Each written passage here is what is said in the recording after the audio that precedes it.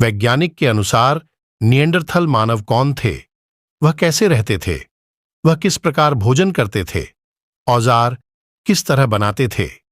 तो आइए जानते हैं निएंडरथल मानव के बारे में जानकारी। निएंडरथल मानव होमो वंश का एक विलुप्त सदस्य है।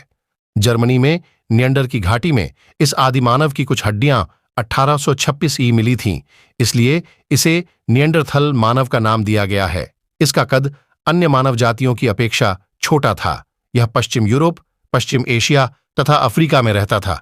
यह अब से लगभग 160,000 वर्ष पूर्व से 11,000 तक रहता था। इसका श्रेणी विभाजन मनुष्य की ही एक उपजाति के रूप में किया जाता है। इसका कद 4.5 से 5.5 फीट तक था। 2007 में किए गए अध्ययनों से यह पता चलता है कि इनके बालों का रंग लाल तथा त्वचा पीली थी।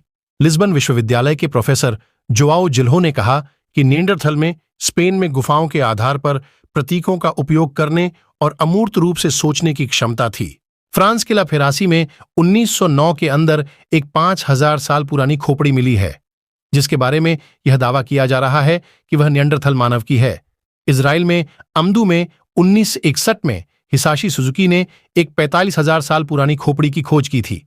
यह व्यक्ति 180 सेंटीमीटर लंबा था। एक 45,000 साल पुरानी स्केल कैप 1826 फेल्डहॉफर ग्रॉटो निएनर वैली जर्मनी में खोजी गई। इस बारे में वैज्ञानिक समुदाय एक मत नहीं है। कुछ वैज्ञानिकों का मानना है कि निएंडरथल मांस खाते थे। क्रोएशिया में क्रापीना गुफा की साइट पर उनके मांस खाने के सबूत भी मिले हैं।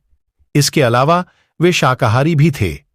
कुछ समय पहले यह माना जाता था कि निएंडरथल केवल घूमकेतु थे, लेकिन सन 1949 के अंदर यूक्रेन के अंदर हड्डियों से मिले एक घर ने यह साबित कर दिया कि निएंडरथल मानव घर बनाकर भी रहते थे।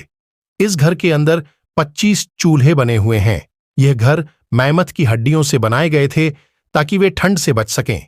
निएंडरथल मानव क्यों विलुप्त हो गए, यह अभी भी एक रहस्य बना हुआ है। इसके पीछे वैज्ञानिक कई कारणों के बारे में बताते हैं। ज्वालामुखी की वजह से, अपनी बड़ी आंखों की वजह से, भोजन की कमी की वजह से। बहुचर्चित किताब सेपियंस किताब के अनुसार हमारी प्रजाति होमो सेपियंस भी निएंडरथल्स की विलुप्ति का एक कारण है। इसके बारे में 2 थियरी हैं। इसके अलावा हमारी प्रजाति होमो सेपियंस में भी निएंडरथल के कुछ मिले हैं।